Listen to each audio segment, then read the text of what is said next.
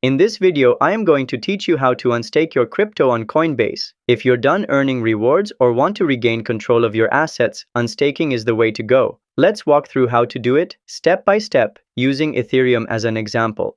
Let's get started. First, go to coinbase.com and sign into your account with your credentials. Once you're logged in, you'll land on your dashboard.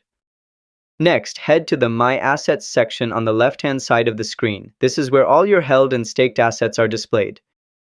Then scroll down to the Stake section and click the crypto you want to unstake. For this video, I'll choose Ethereum. After that, scroll again until you find the Stake or Wrap section and click on See Options. This will show you all available staking actions. Now, in the list of options, click Unstake ETH. Coinbase may prompt you to confirm the request or verify your identity.